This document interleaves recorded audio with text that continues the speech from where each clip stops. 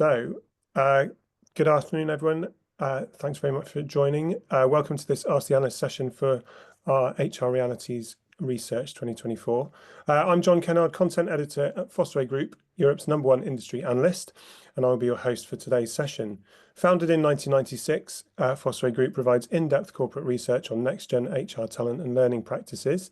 We provide analyst and advisory services to more than 3,000 European and international headquartered multinationals and corporates, and as well as independent vendor research and EMEA market commentary. Now, before we launch into the main body of this session, I must tell you about Fosway Corporate Membership. It's one of our newest services. The FCM is an invite-only network for HR learning and talent leaders, offering privileged access to the data and insights that sit behind the 9-Grid and realities research.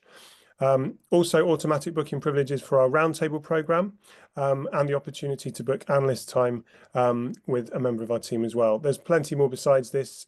Do contact us after the session if you're interested in learning more.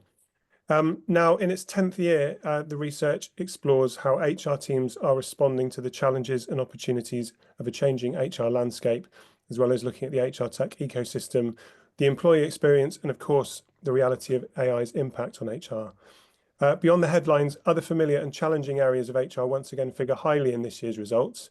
Employee engagement, being a strategic business partner, upskilling and reskilling as well, to comprise the top 5 priorities for the HR audience for the next 12 months. So I am delighted to welcome lead analyst on this research, David Perring, our Chief Insights Officer, as well as Fosway CEO and founder David Wilson, to dissect and discuss all the findings in the latest iteration of HR Realities. A couple of housekeeping notes as always. Please do ask questions throughout. Please use the chat pane and make sure it's set to everyone so we can see the questions. We will have time at the end for questions, but do ask them all the way through. There are going to be junctures where it makes sense to kind of ask questions of our 2 analysts. Without further ado, Mr. Perring, let's set the scene. Talk about our 5 or 6 even areas of our key themes for this cycle. We've done a bit bigger than usual on our infographics this time around. Typically, we try and have about 5, but we ended up with 6 because we managed to get so much information and so much insight, especially around the AI and HR today and tomorrow. So we picked up on the themes, as John talked about, around the challenges and priorities. And there are some really interesting things about how those are shaping. It's almost like a ripple in a pond where you chuck a stone into a pond. All these things are rippling out from these challenges and priorities across budgets and investment around the HR tech and the ecosystem that surrounds that, and as well as the employee experience. And the backdrop around the AI is also driving a lot of change and a lot of innovation. As John said, if there's any questions you go through, please shout them out as we get into the chat area. But what I've tried to do is summarize the top takeaways from each of those 6 infographics, and I'm going to buzz through them pretty quickly, and then if you've got some questions that come out of each section, whether that's to do with strategy and priorities or the budgets, just drop them in and we'll do our best to answer those. But I think the key thing, if you look at the chart on the right-hand side, is just this sense of what do HR see as organizations' most significant business challenges. And those top 4 items, the availability of skills, the increasing organization performance and profitability, managing economic and market pressures, and managing the impact of AI, and reducing cost to some extent, which maybe is linked to the profitability, but also the managing economic pressure. Those are probably the guiding star that is influencing every other thing in HR. And you can almost track back each of the things that we pick up in all the slides that we go through back to some of the combination of these drivers. And it's really interesting because in the past, it was very much in our trends that we look back over those sort of 10 years. This sense of the availability of skills over probably about the last 7 years has been the #1 item. But this year it was almost knocked off its perch by the organization performance and profitability. That's always been in the top ones, probably been about 3rd or 4th in terms of HR's mindset.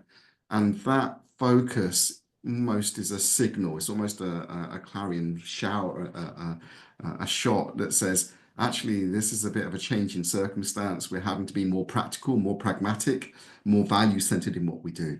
If you could flick on. Now, in terms of when you ask HR sort of in terms of their priorities, not what's influencing your business, but so what is the priorities for you in terms of helping you deliver more success for your organization? Again, this is quite interesting that this theme of improve the employee experience, high quality data and analytics, closer integration with HR business systems, the employer brand and values, the strategic influencing and HR leadership. I think you can look at these as being sort of individual items, but very much I think is probably more powerful to see some of these clustered as a story, almost what intelligence and data can we gather, which is closer to the business, which helps us understand from an HR point of view what we should be doing with our people and how can we use that insight to strategically guide the organization with our influencing skills and through our leadership team. There's almost this sort of neat little curve in that story within this slide almost, which gives you a sense of the priorities, the focus. But that's what HR sees as almost being the future success of their operation is based around these things. And improving that employee experience is one of the top items, but it's almost in the context of drive higher profitability, be a beacon for attracting and retaining people because of the availability of staff, provide bigger impact, provide it a better cost, and things like that. Moving on, Ian, if that's kind. Okay. From this slide, again, this is all about the priorities and focus for HR, those sort of strategic priorities. The interesting thing in this chart is almost how static and how stable most of the things around HR have been over the last 7 years or so. So from 2018 to 2024, the desire for higher quality data and analytics has been almost the top of the list in terms of HR's desires and sense of this is what's guiding the future success of my operation, being almost intelligence and data led. Next to that, that close integration into business systems, then maybe a slow tailing off a little bit around the employer brand, but then this sense of strategic influencing, pulling those things together. But the big interesting one is this red line at the bottom, the influence of AI as being a foundation for HR's future success. It has been tracking sort of at the bottom of the list for the previous 5, well, let's say the first 5 of the last 7 years. In the last 2 years, it started to kick up. And now you're seeing AI and machine learning and intelligent agents and this whole AI movement being seen increasingly important to HR's future success. And I think what we'll do a bit later on as we get through the presentation is give you an idea of how far along that journey HR really is. So it's seen as being incredibly important, increasingly important, but give you a sense of progress in how much people are really harnessing the potential of AI in that story. Cool. Okay, if you have any questions, please pop them into the sidebar. I think that's usually interesting. David, from your point of view, any reflections around some of those priorities that you'd like to highlight? No, I think the main thing I would say is that, I mean, the danger here is that HR is a bit of a laggard function.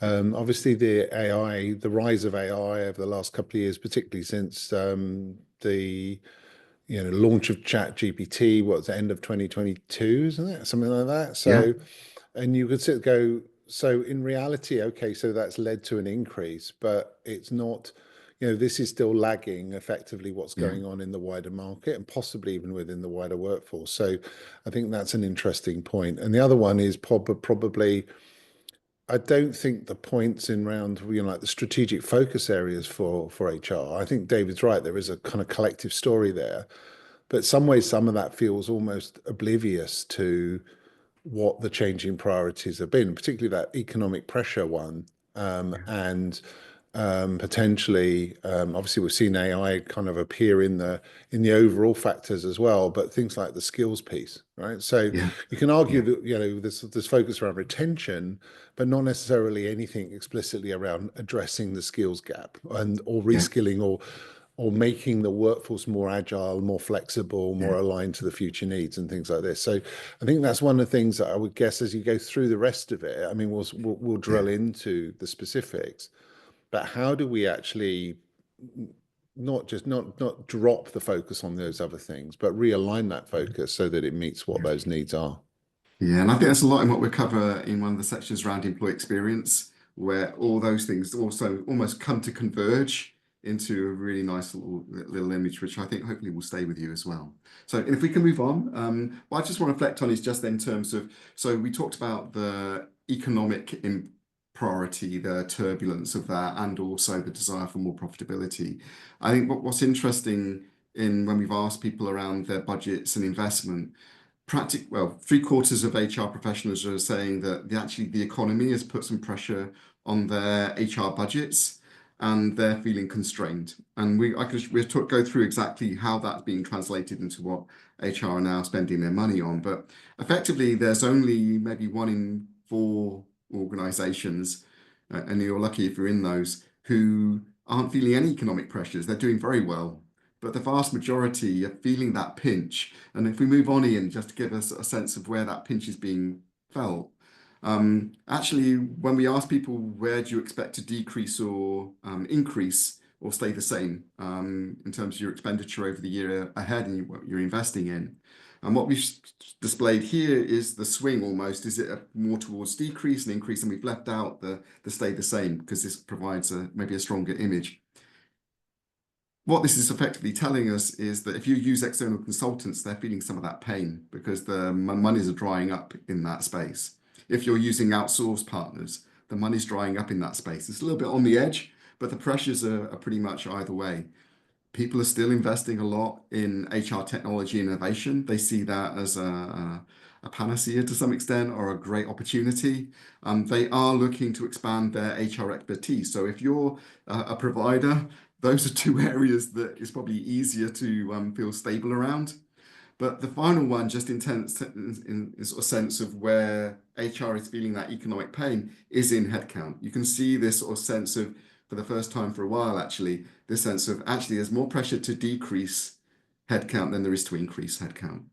And if we move on to the next slide, thank you, perfect timing. This is a trend that before the pandemic, we were seeing almost a slow attrition of people always saying, oh, that we're more likely to be keeping our headcount the same or decreasing it rather than increasing it.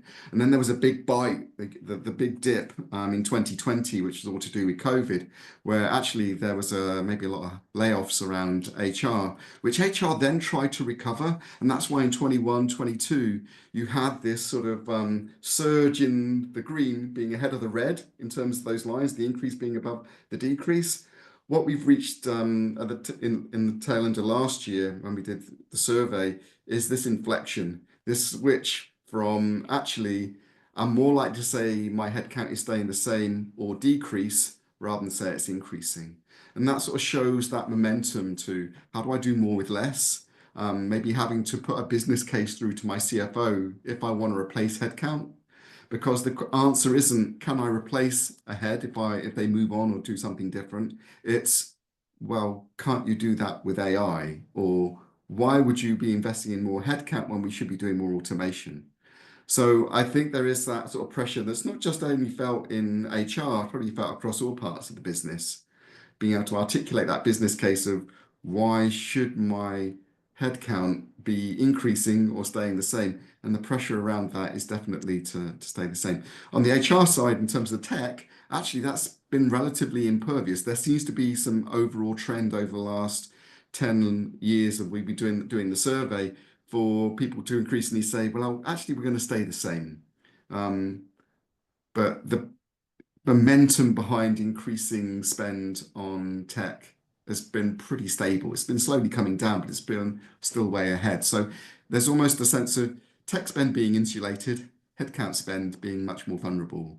And I'm sure that maybe that's been sort of mirrored in some of the things that you experience in HR yourselves. But overall, when we ask people to sort of highlight what systems they think they will be investing in, remembering that money is tight, it's about people development, it's about skills and capabilities, you said, David, it's about analytics and workforce intelligence to know which direction is the workforce going in, how can I use my understanding of the internal and external workforce to make better decisions at a strategic level for my business. And that maybe translates into that strategic workforce planning. So this sort of sense of what intelligence can HR bring to the business to enable it to make better people decisions, better organizational decisions, is almost all converging. And you can see it almost, as I said, those ripples in the pond of the economic stress, the desire to have a stronger talent story sort of get rippled out in this story. And that's what I've sort of tried to sort of think about how this pieces together a little bit. Cool. I don't know if there's another slide. I'm thinking that's probably the one for this section in a way. If you just go back again, David, I don't know if there's anything that you wanted to accent around that, or if you prefer us just to jump on, or if anybody's got any questions. It's been quite quiet in the group. Yeah, I was trying to provoke a question, but I've not been successful so far. I mean, no, I think the other thing here is that, and this is really kind of an important point, is I think obviously the big elephant in the room in terms of, particularly obviously in the HR technology space, is HCM, and obviously that achieves a very a fairly large budget, but there's an awful lot to HR technology beyond HCM as well. And whilst there's obviously a land grab to cover more of the bases, a lot of the priority areas are actually being addressed within the wider ecosystem, maybe integrated or not, maybe in some cases leveraging components within the HCM modules, HCM learning modules and skills and things like this. But actually a lot of the stuff is outside it as well. And I think we'll come back and talk about that probably when we talk about technology, I'm sure. Yeah, we're going to dig into that. And I agree with Robert completely. He's just typed in with headcount reducing, we need to get the most out of who we have. And I think that's very true. And again, that applies both to HR and its desire to develop its skills, but also the wider business. It's a really important point. It's almost HR could become a little bit of a microcosm for what's happening in the rest of the organization. Probably under a bit more pressure as well. Okay, I was trying to click on and I couldn't, so Ian will let you do the honors. In terms of the HR tech ecosystem, again, that's sort of coming back to the economic pressures, we asked that specifically, and almost half say that they had stronger pressure to consolidate their HR systems into a single suite. So that push from having a broader ecosystem of many solutions into maybe a more consolidated view of one HR platform. And whether that's one HR platform just for core HR and actually just having one LMS, which is attached to the core HR, the proliferation of systems across businesses never fails to amaze me. So actually it's not uncommon for us to walk into large enterprise organizations and still hear they've got 5, 6 LMSs, if not more, as an example. But overall, there is this pressure to consolidate systems. Over half, I said, have increased. If we move on to the next slide, I think what we're finding is when people are looking to consolidate solutions, only a quarter say they need to do it. So there is this pressure, but it's not necessarily being felt all the way through. Now, my guess is that that's because they're partly trapped in a 3 to 5 year license cycle. So whilst they may have some pressure, they just can't physically, because of contract issues, and commitments, actually consolidate platforms. They've got to wait till the contract runs out or pending running out before I can start to think about maybe simplifying my tech stack. But the drivers really behind that sort of push to drives of changing HR systems is very much about the quality of the employee experience, the usability, the need for enhanced analytics, more self-service, and actually providing more business agility. And I think those things have been pretty much consistent all the way through. And I think it says sort of the quality of user experience has leapt to the top of the drivers. It's always been near the top. It's always been the top 1 or 2, if not top 3. So that has always been a stronger driver for changing platforms, even than the relationship with the provider themselves. And I think that's an interesting one, actually. If you've got a great relationship as a provider and people don't like the interface, they will ditch you no matter how much effort you put into keeping them through your customer care activities. I think, David, the other thing I was going to say on that, which goes back to one of the earlier drivers, is just the continued dissatisfaction with the analytics. At the end of the day, this is still more promise than reality. And it's been, obviously, we already identified early on, it was one of the higher priority areas for investment. It was one of the top drivers for change, and one of the top drivers for HR earlier was or beliefs that was going to be important, but it's still an area where I think we're undershooting in terms of what the outcomes and the deliverables from those are. And that's also an interesting question, is, how much is it big analytics, which is sort of surrounding all of the people and HR process data and maybe even work data as well, versus little analytics, if you like, that's within the process stack itself.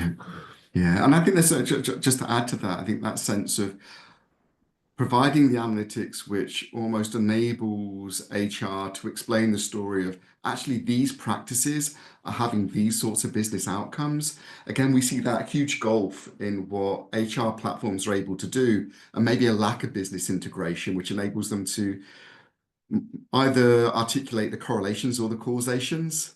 And I think that's one of the, again, that sort of comes out a little bit in the weeds of the data of we are interested in the business integration. I think that's the key point, isn't it? It's the struggle to even show how effective the process is, let alone what the outcome from the process or the impact of it is. And I think that really is still a pretty negative factor, as is this one, right? As is this point about, despite all of that investment over the last 10 years or whatever in HR technology, do we think they fit the modern workforce, right? And the answer is still half the people say no, virtually. Possibly. No. And only a third say yes, it does. And I think that sort of provides a fertile ground for wanting to explore alternatives, if I can put it like that. And I think there is this sense of, from conversations that we have outside the survey, is what's good enough, what fits my architecture, what can I support as a HR team, and sometimes those aren't that easy. Cool. So if we move on to the next slide, I'm trying to remember what we put next. So 29% of professionals. Oh yes. So in terms of what's coming in the future, that's fine. We can move beyond that one. Thanks, Ian. In terms of the sort of the future, what you've got here is just a sense of what platforms are people changing over what sort of time horizons, and that's pretty much sort of 1 to 2 years, 2 to 3 years, and a little bit further out, right? And this gives you a sense of where the volatility in the HR tech market is coming, and up to half of HR teams expect to change some of their HR systems in the next 2 to 3 years. And that's overall when you look at the orange layer. So there's a lot of contracts which are coming up for renewal over that time frame. And that's not unusual, because contracts tend to be 3 to 5 years, usually more likely than not 3 years. But when you look at the ones in that sort of green zone, which is the next 1 to 2 years, again, it's interesting, like the skills and capability that Dave was talking about, the analytics and workforce intelligence, the onboarding, the strategic workforce planning. Those are the top ones that people are looking to invest in. And I think it's interesting, that level of, is that going to be a story that people go for specialist providers around, or is it because the core suites are catching up, they'll start to get sucked into maybe ditching historically what might have been niche and specialist solutions around skills and capability, and sucked into maybe that SAP, Oracle, or Workday world, as people start to go down that route. And that's a real area of volatility if you've sort of committed already to some of those specialist players. Understanding the value that you've created because of those specific adoptions in maybe outside of your core platform is going to be the thing that enables you to insulate that, if that's what you want to do, from being absorbed into something more centralized and maybe more core, if I can put it in those frames. But just the level of volatility, right, is the third across practically everything. Overall, when you sort of zoom out a little bit, less than a third of HR think the employee experience that they provide is good. Actually, there's a strong correlation between the quite good and the excellent, and what we saw in terms of the ratings for do you think your systems are fit for the modern workforce? So maybe there is a correlation between the quality of the system and the quality of the employee experience, but there's usually a little bit more in that in terms of culture and other things. Moving on to the next slide, one of the interesting sort of data that came back out was actually, over the last 3 years, we've sort of highlighted the importance of the employee experience, but things haven't improved that much. It's been pretty stagnant. So the ability for organizations to achieve their desired outcome in terms of the quality of the experience is harder to deliver maybe than we necessarily think, and it's a difficult thing to move. Maybe that's related to the systems, maybe it's just the amount of change that's involved. But I think that's an interesting talking point. And moving on to the next one, yeah, 2/3 of HR professionals don't think their current solution is able to support their quality of experience they're looking to achieve. Yeah, if you're lucky, if it gets close to matches your needs. But in terms, and I think this is one of the key keepers in terms of the employee experience, the ones that I'd probably look at. I think this particular slide gives you a really, really strong view of exactly where HR is in terms of almost like a zeitgeist, a moment of a sense of what does this more pragmatic, more practical, more cost-centered, more talent, it's availability of talent-focused HR take you. You can see that in the sort of rises and fallers. So what we've got on the left-hand side is how people rated particular parts of the employee experience in 2024 and what people projected for 2025 in terms of those same experiences.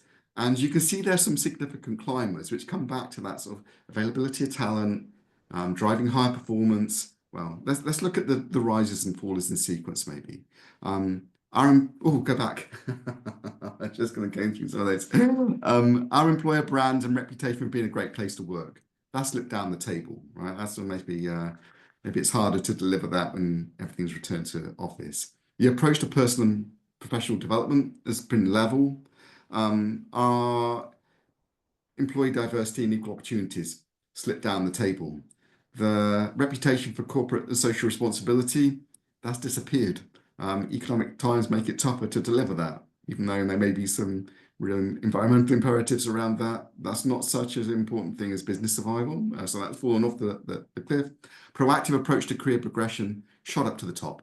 Again, think about making the most of the skills, developing the skills for the future, the availability of talent, we'll grow it ourselves. Think about career progression, attract, retain the best.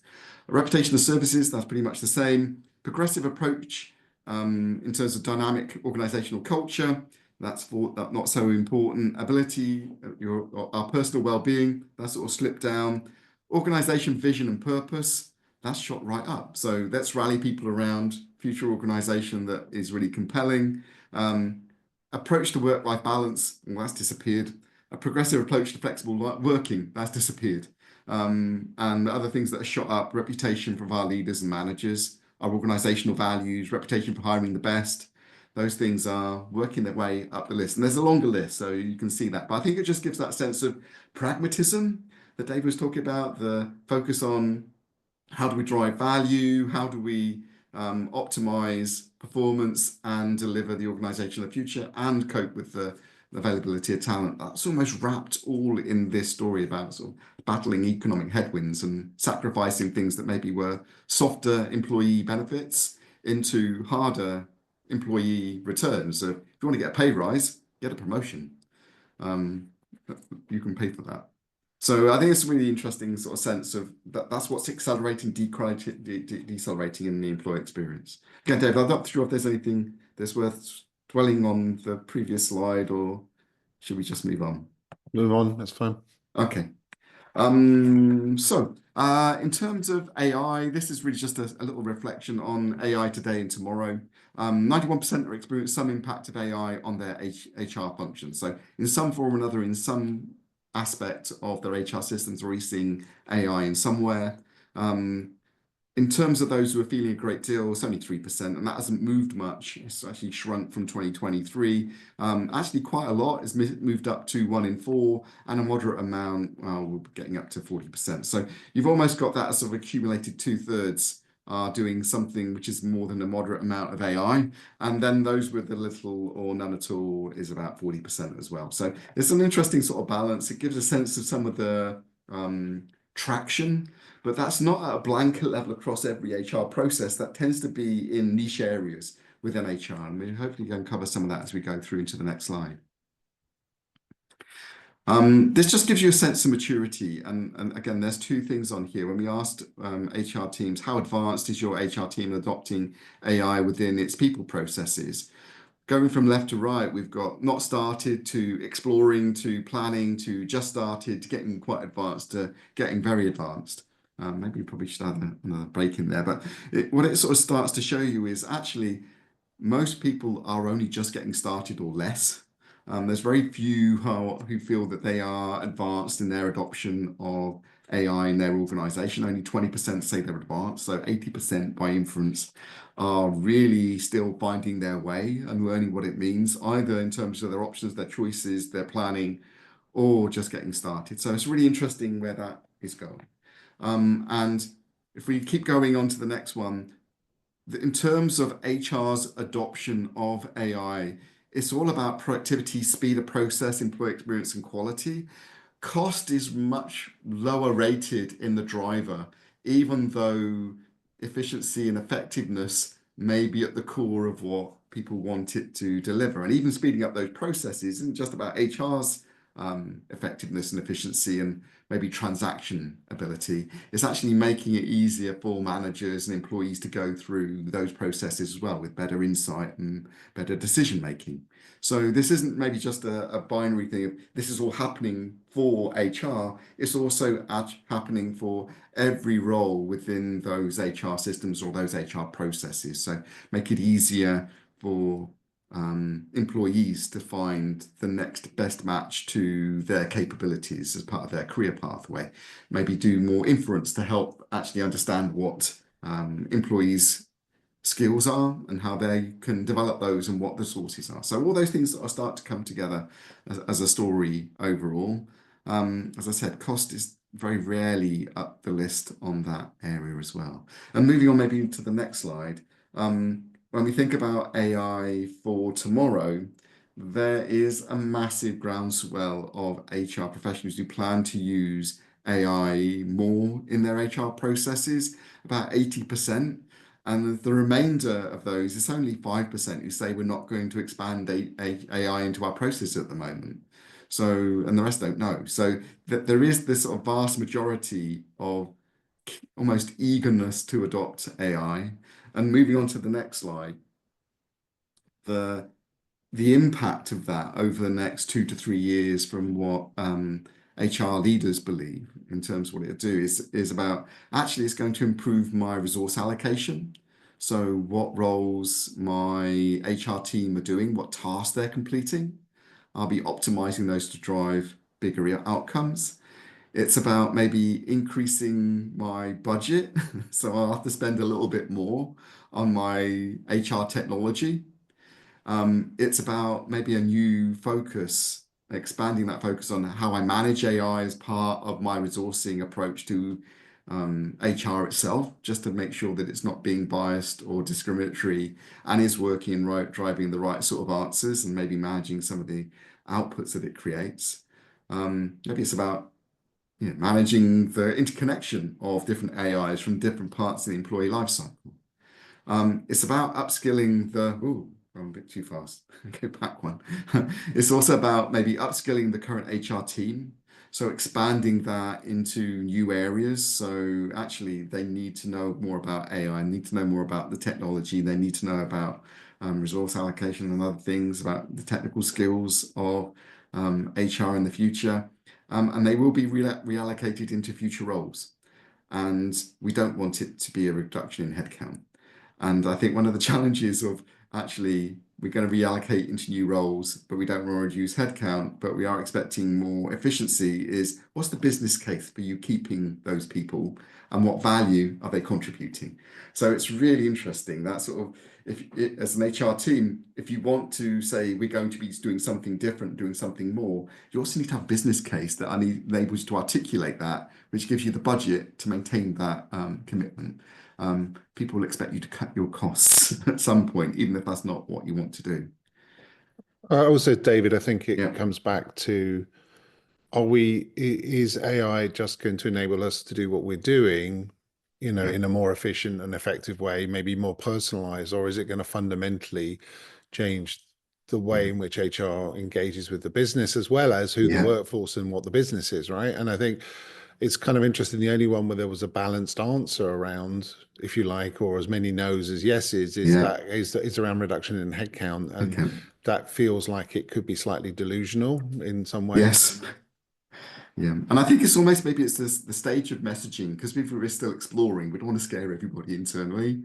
So actually, the messaging at the moment is it's all going to be okay, and then we'll find out more as we get closer to the destination, get closer to the front line. And just kind of on that point, I mean, I've been quite critical with some of the big HR vendors where their early stage messaging, and we all get that there is a bunch of AI zealots out there going, normally wearing t-shirts saying the world's going to change, and and it's all these jobs are going to go. And then on the other side, we've had, I think, a lot of the big HR vendors saying, yeah, we're big, you can trust us. We're responsible, you can trust us, and this is all about enhancing what the HR function is doing. It's not going to change what the job position is. And I think the reality is, of course, neither of those two things is true. It's somewhere in the middle.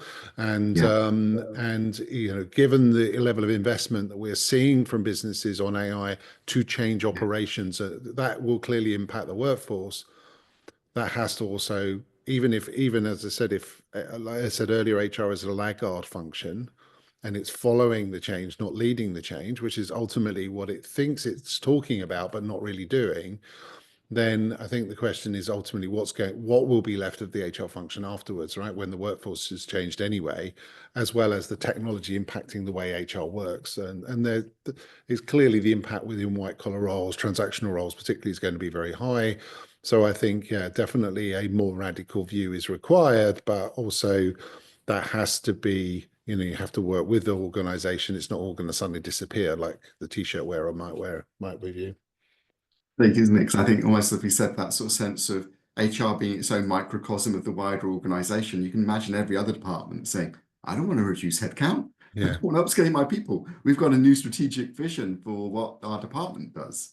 But you still need the business case to stack that up. And it's quite interesting. Again, I think this is one of the killer questions like we asked, and probably one of my favorites that we went through was by 2030, and again, answer this yourselves in the chat in the right-hand side, is by 2030, how much of HR's role in organizations today do you believe will be automated or made redundant by AI and still be effective?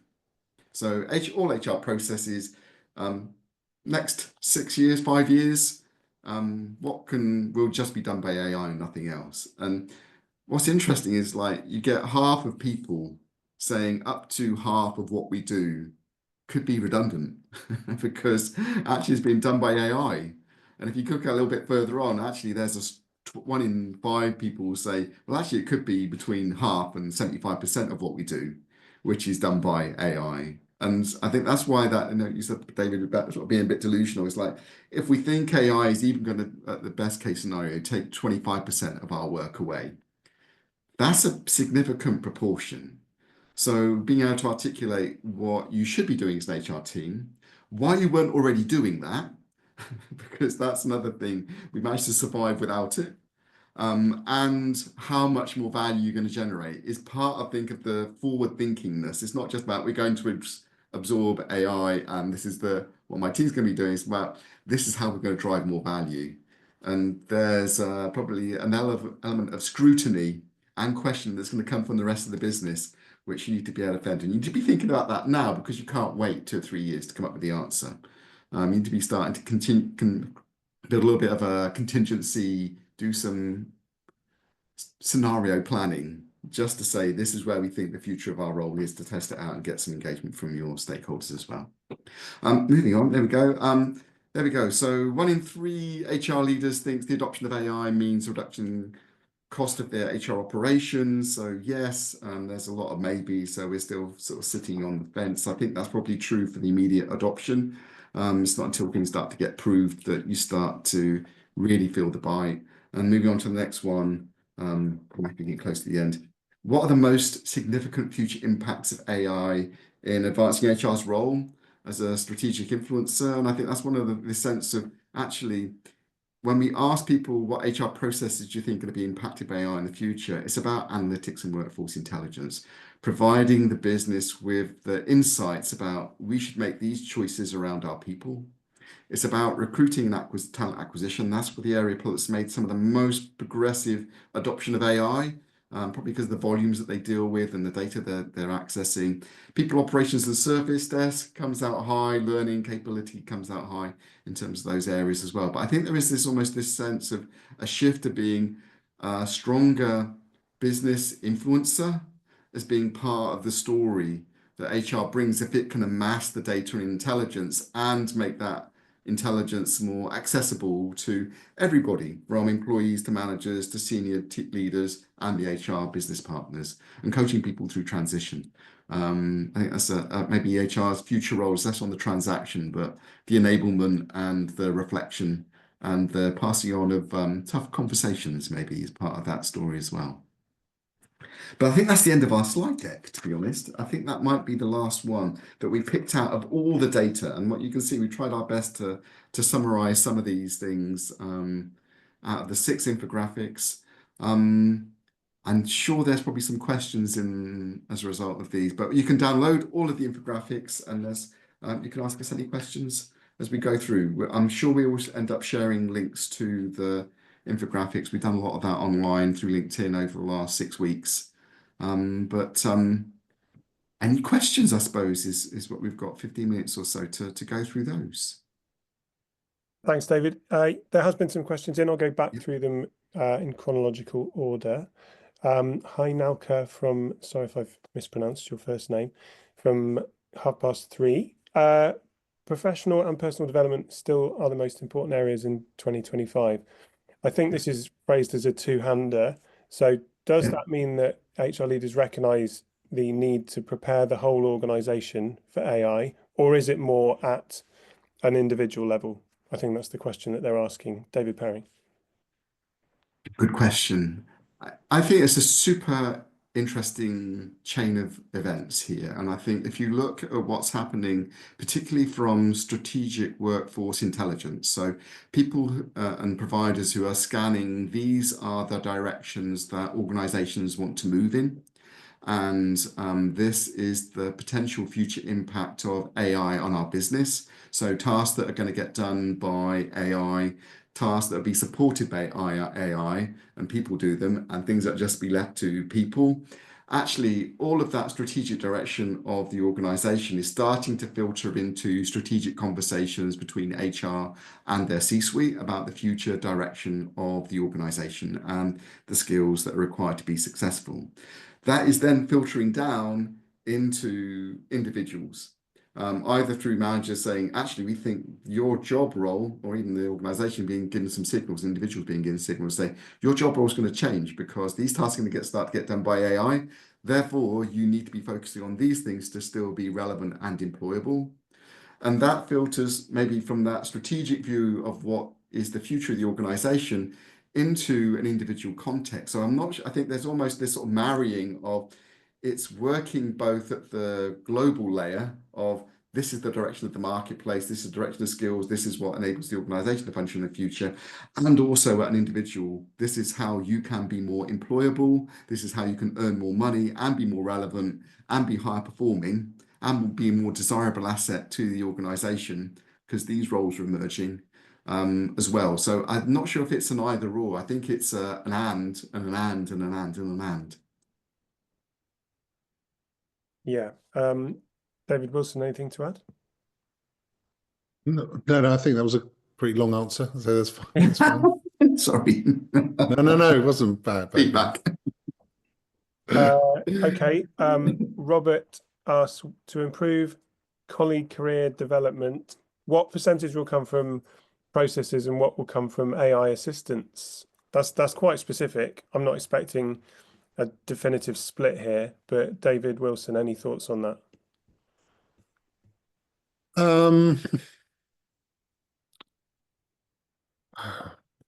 Ask me again. Sorry, say that again. I was typing stuff in.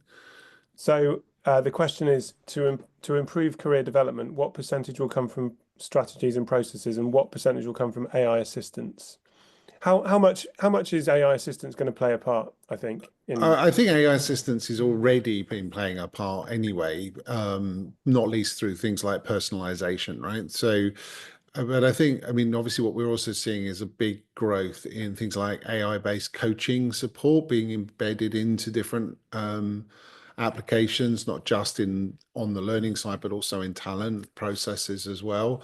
So I think there's going to be a lot of that, but it's the other side of it. I think is really around understanding what is the skills and capabilities that we need to have, right, in a world where AI is there. So I think sometimes we focus too much on how much AI is part of the answer rather than how it changes the target. And I think that's a really interesting piece. And that's probably the area where I just think we're most under it's hard to predict where we're going to end up, but obviously, if you're starting to use a lot of these tools to enhance work or to support work or to automate basic capture research processes, whatever it is, but you need to have the skills to understand how to channel and develop that in a positive way, right? So how we use those things, I think, also becomes interesting.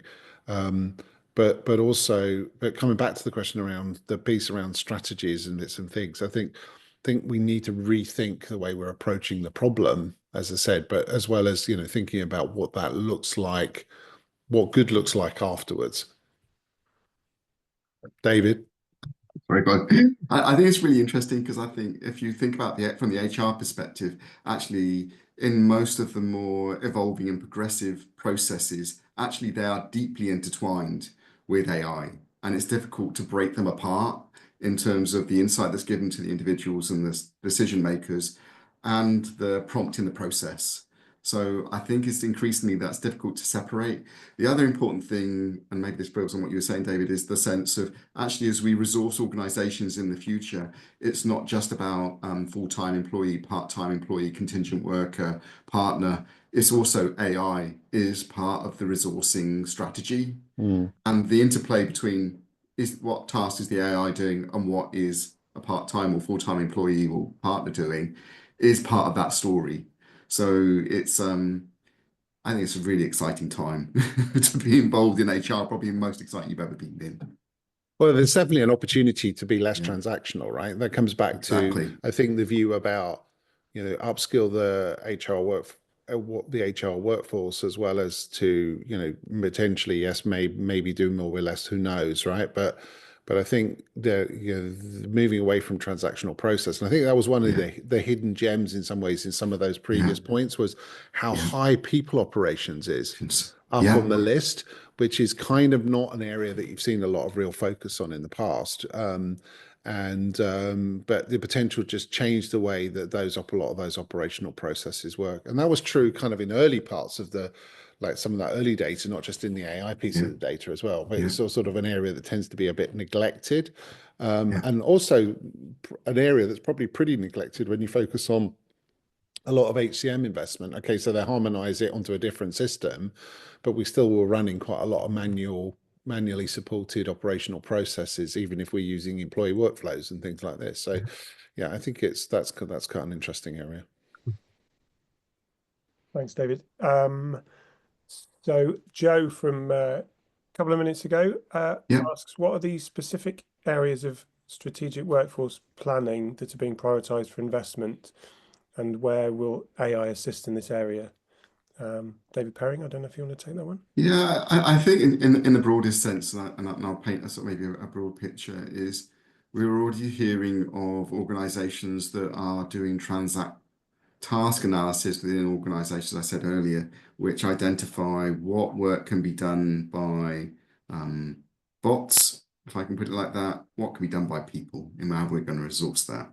And I think the sense of, is it the bots, is it the people, is sort of foundational, because if you think about strategic workforce planning, that gives you a sense of what tasks are done by who, really, and that influences the skills that are required, the numbers of people required to fulfill those roles, the roles of people or bots in that process or not, and maybe the level of automation. So there are some really interesting things at almost an AI revolution within businesses that's starting to get highlighted, let alone maybe the workforce intelligence side, which is what skills are trending. So what skills in my industry are emerging, and how do we as a business correlate to those trending skills? And are those trending skills important from our business plan and our aspirations as an organization? So I think the strategic workforce planning side of things is increasingly important, because it's not just, it's becoming much more integral to the business transformation overall. I definitely think we've seen a renaissance in that. I mean, it's sort of one of the areas that sometimes it's within HR, sometimes it's outside, right? But it's been there obviously in organization for a while. But that whole shift to focus on what's our future workforce needs, and shift away from thinking about that based on roles. Yeah. And the number of people we have in a certain job role, how many project managers we got, how many whatever it, sort of frontline workers in certain roles we've got, but to thinking about that based on obviously skills. So the realignment of how we think about it, tying into what Dave was talking about with workforce intelligence. And one of the things that we talk about sometimes is the sort of total workforce intelligence, rather than thinking about it just in terms of the sort of number of bodies, if you like, and what they're doing. I think that's one piece. And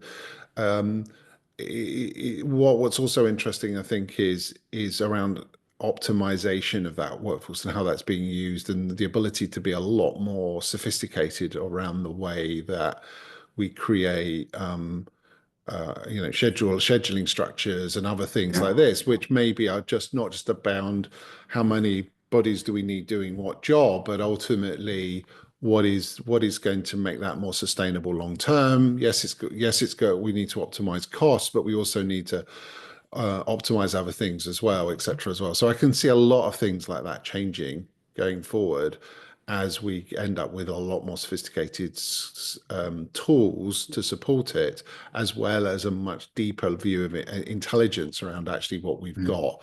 And the other thing is, a lot of this is becoming, whereas maybe strategic workforce planning was something that got done in the background every few years or something, a very long horizon. I think the potential for us to be almost real time, right? And that's also the other factor as well, which will probably have quite a big impact on things. Thanks, David. Just to say that Jack has put a link to the full report in the chat to HR Realities 2024. We still have, I'd say, just under 5 minutes probably for questions, because I'd like to also spend a little bit of time talking about the AI strategic project at the very end. So keep putting your questions in the webinar chat panel. I've got a few. If we can backtrack to the very first of the infographics, to around strategy and priorities, David Perring, business alignment was not so high on the agenda as it has been. That strikes me as a little unexpected. I wondered if you had any thoughts around that. I think that's always a very sensitive area, and I think probably it is incumbent on anybody involved in HR to make sure that they are 120%, 200% focused on business alignment. That it's fallen out of the top list is probably a consequence of maybe more immediate burning platforms. It's not necessarily always a strength of HR. And it's probably something that does need continued attention, even if other priorities are started to maybe overtake a little bit, because the economics have made things a bit too challenging. David, I'm assuming you would agree. Yep. Okay, next question around budgets. That's quite a big question. I might leave that one. So the percentage, I think this is a good thing, although the perfect percentage would be 0, of course, but nigh on impossible. The percentage of HR teams who think their platforms are fit for the modern workforce is trending downwards. It's still too high, but if you look at the last, say, 6, 7 years, it's on the way down. That's good, but maybe not good enough. I don't think it's anywhere near good enough. I mean, when you have, I think, 40% or something saying no, or whatever it is, that kind of level, and lots of people saying maybe, right? So, I mean, the number of clear yeses on that. I think that's just one of those areas. It's a bit like the question when you ask we haven't got it necessarily covered in here, but the exact thing about how satisfy you with the analytics from the analytics you deliver, almost all of them say no as well. So I think given the priority of those two areas around experience, and ultimately that has to tie to what the workforce is becoming and how that's changing, as well as obviously the impact, our ability to understand impact. Both of those two feel like real weaknesses still in the story. And interestingly, they're not, despite lots of investment, they're not necessarily a strength of HCM in addressing either of them, which is an interesting challenge, I think. You would think potentially a more holistic view of data might solve that, but it's not really solved the analytics or the business impact problem at all. Obviously, with the investing in putting more modern HR systems in, if I can call HCM that, has not fundamentally fixed the employee experience issue as well. Yeah. So, Good point. Anything to add, David? We've had one final question from Robert, actually. Yeah. Let me ask this one. The impact on how we think about leadership development seems profound. Yeah. Moving from helping others grow and develop to helping others understand how AI works and interacts with their work. More of a comment, I guess. Anything for you to add there? I think that's spot on. I think the nature of leadership and management is will go through a little bit of a turbo moment, because actually the people relationships become really important at a point of high technological change. And actually lots of things we're seeing from the employee listening side and most of the other sort of AI elements within HR processes will provide managers with more coaching support on actions that they should be taking with their teams. See some great things already around sort of nudging managers to do things that provide higher propensity for success with their team overall and higher propensity for better outcomes. So I think that's a fantastic observation. It's the level of support to managers, I think, will grow, but that's because actually managers are increasingly seen as even more important than they were before at this time. Anything to add, David, before I move on? No, Carol. Okay, if we can skip to the next slide, just to say that's the end of the Ask the Analyst session, but remember that research is just the start. You can join corporate membership for inside access to more detailed research, benchmark reports, private corporate roundtables, analyst time. Have a look at the QR code, scan the QR code for more information.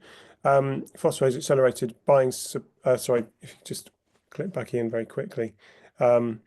Accelerated buying support to align stakeholders, validate solution strategy, shortlist vendor options, and de-risk your buying decisions.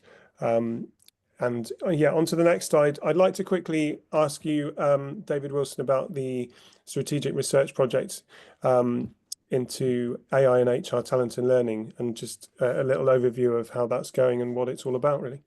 Yeah, so I mean, we've obviously been doing a lot of research around AI, and actually for multiple years.